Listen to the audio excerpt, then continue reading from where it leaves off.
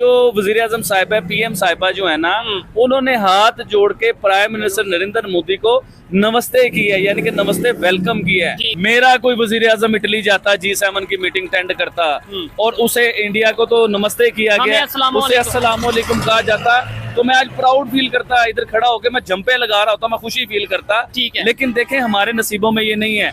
ताट साहब जरा इस पे कमेंट करें कि G7 ने हर मुल्क को ग्लोबल साउथ से बुलाया है। एक तो उन्होंने पाकिस्तान को तो मुंह ही नहीं ना लगाया, उन्होंने कीनिया को भी बुलाया। शायद हम उन मुल्कों को कुछ समझते ना हो ताट साहब, उन्होंने उनको भी बुला लिया ऐसे। हेलो फ्रेंड्स, जय हिंद एंड पर आप सभी का स्वागत है। दोस्तों पीएम मोदी ने हाल ही में G7 समिट के लिए इटली गए थे। हालांकि भारत G7 का मेंबर भी नहीं है, तभी भारत को हर एक साल G7 में बुलाया जाता है। दोस्तों उधर पाकिस्तानी मीडिया बहुत दुखी दिखाई दे रहे हैं और बोल रहे हैं कि पाकिस्तान को कोई भी देश G7 में नहीं बुलाता है, बल्कि उसे मुँह भी नहीं लगता है कोई देश। दोस्तों इटली ने हर एक देश को इन्वाइट किया था। तो आइए देखते हैं इसी पाकिस्तानी मीडिया का रिएक्शन। ताट साहब जरा इस पे कमेंट करें कि G7 ने हर मुल्क को ग्लोबल साउथ से बुलाया है। एक तो उन्होंने पाकिस्तान को तो मुंह ही नहीं ना लगाया, उन्होंने कीनिया को भी बुलाया। शायद हम उन मुल्कों को कुछ समझते ना हो ताट साहब, उन्होंने उनको भी बुला लिया एज ए ऑब्जर्वर। शायद हम चाइना ब्लॉक में चले गए हैं इस वजह से ताट साहब। और दूसरा बताएं कि नरेंद्र मोदी को बताया ये जा रहा है, कहा ये जा रहा है कि ग्लोबल साउथ के लीडर के तौर पे वो इन्वाइट कर रहे हैं, क्योंकि उनको पता है कि ये यूरोपियंस एंड अमेरिकन अब अफ्रीका में उस तरह इन्वेस्टमेंट नहीं कर रहे, तो इंडिया का जो डिप्लोमेटिक एंड पॉलिटिकल कैपिटल है उससे फायदा उठाया जाए। और ताट साहब आपके जो लीडर हैं जो बाइडेन साहब, वो उधर कभी इधर जा रहे थे कभी उधर जा रहे थे। अमेरिका में क्या ऑब्जर्वेशन है, अभी तो 6 महीने पड़े इलेक्शन में, क्या कोई ऐसा अदारा है जिसमें सियासतदानों को चेक किया जाता है कि ये इलेक्शन लड़ने के काबिल है या नहीं? क्योंकि उनके बारे में बड़ी बातें आ रही हैं, आप बड़े क्रिटिकल रहते हैं उनके बारे में, जरा उसके बारे में भी हमें बताएं। और जरा इसको जरा बताएं कि ये G7 कैसे और मल्टीलैटरलिज्म का एक बड़ा प्लेटफॉर्म इमर्ज हुआ, कैसे देखते हैं सर इसको? चीमा साहब G7 पे मैं बात करना चाहूंगा। पहले तो करेक्शन करना चाहूंगा कि पाकिस्तान किस ब्लॉक में है। पाकिस्तान उसी ब्लॉक में जहां था, और उस ब्लॉक का नाम है डॉलर ब्लॉक। जहां से पैसे मिल जाए हम उस ब्लॉक में होते हैं। इसमें हमारा चाइना के साथ कोई रिश्तेदारी नहीं है। आपको पता होना चाहिए कि हमारे मुर्शिद पाक ने बिल्कुल सील कर दिया था, CPEC को बंद कर दिया था, प्लेट में रख के हर चीज अमेरिका को दी थी। तो हमारा ब्लॉक डॉलर ब्लॉक है, हमारा कोई ब्लॉक दूसरा नहीं है। एक तो ये तस्वीर है, और बाकी ये बात ठीक है।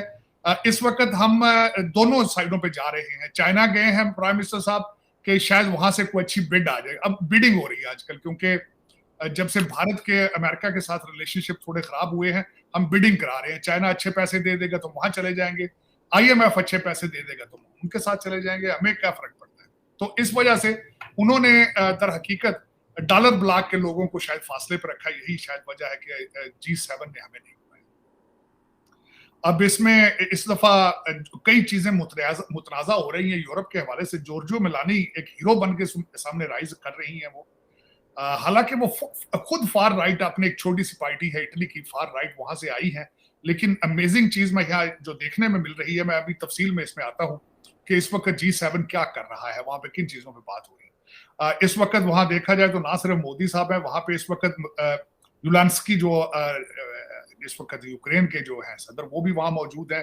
जाहिर है वो पैसे लेने आए हैं और पैसे दे रहे हैं उनको। जॉर्जियो मेलानी ने इसी ओपनिंग स्टेटमेंट इस G7 में ही $50 बिलियन का पैकेज का ऐलान किया है। यहाँ ये जरूर बताऊंगा कि इस वक्त यूरोप के अंदर ज्यादातर सवाए यूके के सारी जो कंट्रीज है, वहां पे फार राइट पार्टियां आगे आ रही हैं, जिनकी सबसे बड़ी वजह ये है कि लोग यूक्रेन से बेजार हैं। यूक्रेन में पैसा जा रहा है और वो करप्शन के साथ वहां से निकल के लंदन और दुबई जा रहा है। सारे लोगों को पता है, कोई नई बात इसमें नहीं है। उसमें इन्फ्लेशन से लोग बेजार हैं यूरोप के अंदर। फिर उसके बाद जो एक फ्लड ऑफ इमिग्रेशन है, इमिग्रेशन ब्रोकन सिस्टम, उससे लोग बेजार हैं। आपने देखा होगा कि उस पर डैमेज कंट्रोल करने के लिए ऋषि सुनक ने भी रवांडा का पैकेज दिया उनको कि यहाँ से बाहर रखे जाएंगे। इटली पैकेज बनाने की कोशिश कर रहा है।